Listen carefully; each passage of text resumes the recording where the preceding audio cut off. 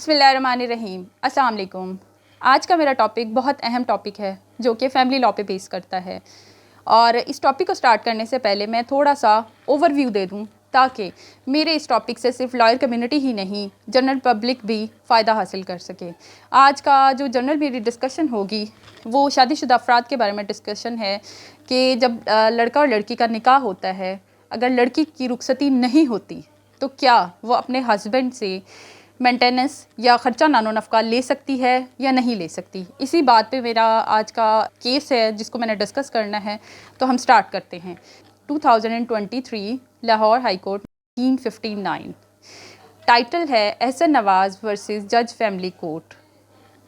तो सबसे पहले हम डिस्कस करेंगे facts of the case, issues of the case. उसके बाद हम डिस्कस करेंगे फाइंडिंग्स क्या हैं कोर्ट की, और अपने हम सपोर्टिंग व्यू में कि इसमें हमारे कौन कौन सी सुप्रीम कोर्ट या बाकी जो कोर्ट्स हैं उन्होंने इसमें क्या होल्ड किया है।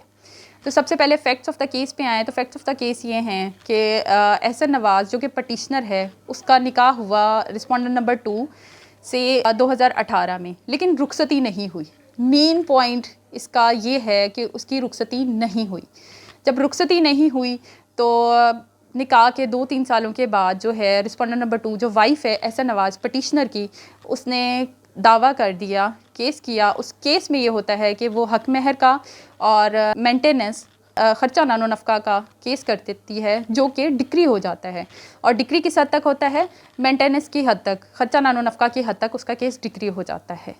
लेकिन उसके बाद मेन बात ये आ जाती है कि जो पटिशनर जो एहसन नवाज़ जो हस्बैंड है वो इसको चैलेंज करता है हाई कोर्ट में। जब चैलेंज करता है तो उसमें ये उसका जो लॉयर है वो ये प्ली लेता है, वो ये स्टांस लेता है कि जब वाइफ जो रिस्पोंडेंट नंबर 2 है एहसन नवाज़ पटिशनर की, जब उसकी रुखसती ही नहीं हुई तो वो किस बेस पे मेंटेनेंस या ख़र्चा नानो नफ़का ले सकती है।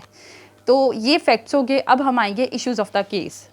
इशू हमारे पास एक ही है जो कि मेन इशू है, क्या वाइफ रिस्पोंडेंट नंबर 2 एहसन नवाज़ पटिशनर से मेंटेनेंस या ख़र्चा नानो नफ़का ले सकती है या नहीं। क्या कंडीशन है रुखसती या नहीं? क्या लॉ में क्या ये कंडीशन रखी गई है कि रुखसती होना या कंजुमेशन ऑफ मैरिज होना ज़रूरी है तो ही वाइफ अपने हस्बैंड से ख़र्चा नानो नफ़का या फिर मेंटेनेंस ले सकती है। तो सबसे पहले अब हमारे फैक्ट्स हो गए, इश्यूज़ हो गए। उसके बाद हम फैक्ट्स इश्यूज़ के बाद अब हम अपने लॉ की तरफ आ जाते हैं कि हमारा जो लॉ है इसमें क्या कहता है। सबसे पहले हम डिस्कस करेंगे सेक्शन 5 के बारे में। Section 5 of ordinance 1961 family laws में, उसमें ये है कि कोई भी मैरिज जो है सोलेमनाइज्ड होती है अंडर दिस ऑर्डिनेंस और वो रजिस्टर्ड होती है, तो सिंपल है कि जो लड़का और लड़की जब उनकी शादी रजिस्टर हो जाती है और इस एक्ट के अंडर हो जाती है तो they are said to be husband and wife. Main crux of this section is that. उसके बाद हम आ जाते हैं सेक्शन 9 पे। Section 9 of family law ordinance 1961, उसमें सिंपल ये बताया हुआ है कि अगर वाइफ जो है, अगर उसको उसका हस्बैंड जो है वो मेंटेनेंस नहीं करता तो जो वाइफ है वो अपने हस्बैंड से बाकी और किसी लीगल रेमेडी के साथ साथ मेंटेनेंस का केस भी कर सकती है, वो उससे ले सकती है। तो आपने दोनों सेक्शंस देखे, सेक्शन 5 भी देखा, सेक्शन 9 भी देखा ऑर्डिनेंस 1961 फैमिली लॉ में। उसमें कहीं भी ये चीज़ नहीं है कि कंजुमेशन ऑफ मैरिज या रुखसती शर्त हो, ऐसा कुछ भी नहीं है। जब लॉ में ऐसा कुछ नहीं है तो उस पे ये कंडीशंस कैसे हम इम्पोज कर सकते हैं।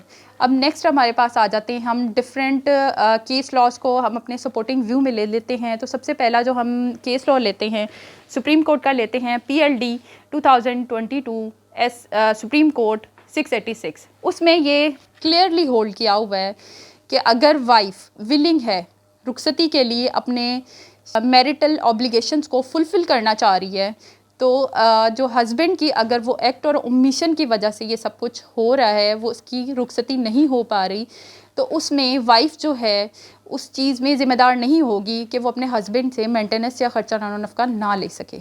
तो ये उसका करक्स था सुप्रीम कोर्ट की जजमेंट का। अब हम बाकी केस लॉज में अगर देखें तो CLC है 1991 CLC 1142 2017 YLR 2349।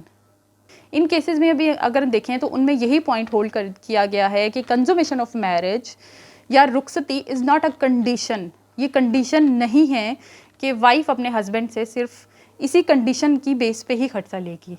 तो लॉ में ये क्लियर हो चुका। अब जब जस्टिस ने हाई कोर्ट के जो हैं जज, उन्होंने ये पॉइंट होल्ड किया है इस केस में कि जो पटिशनर था एहसन नवाज़, जो कि अपना केस प्रूव नहीं कर सका कि रुखसती जो है वो उसकी फॉल्ट की या ओमिशन या एक्ट की वजह से नहीं हो सकी, तो एक तो ये उसको रिस्पोंडेंट नंबर 2 जो वाइफ है उसको प्लस पॉइंट मिल जाता है, और सेकंड उसको प्लस पॉइंट ये मिलता है कि पटिशनर जो है निकाह 2018 में हुआ, निकाह के 2 साल बाद 2020 में वो अपनी वाइफ को डिवोर्स दे देता है, रदर देन कि वो किसी कोर्ट से रुजू करे कि कॉन्जुगल राइट्स के लिए केस करे। तो इससे क्लियर होता है कि पटिशनर जो है एहसन नवाज़, जो हस्बैंड है रिस्पोंडेंट नंबर 2 का, उसकी क्या इंटेंशन थी और रुखसती जो है वो उसकी वजह से नहीं हो सकी।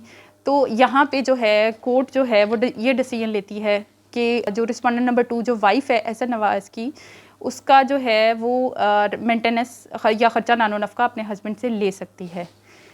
Thank you so much. आपके वैल्यूबल कमेंट्स का मुझे इंतज़ार रहेगा, और आपने मेरी पिछली वीडियोस पे भी बहुत ज़्यादा कमेंट किया, उसके लिए बहुत थैंक यू सो मच, और इसी तरह मेरी नेक्स्ट वीडियोस भी आती रहेंगी।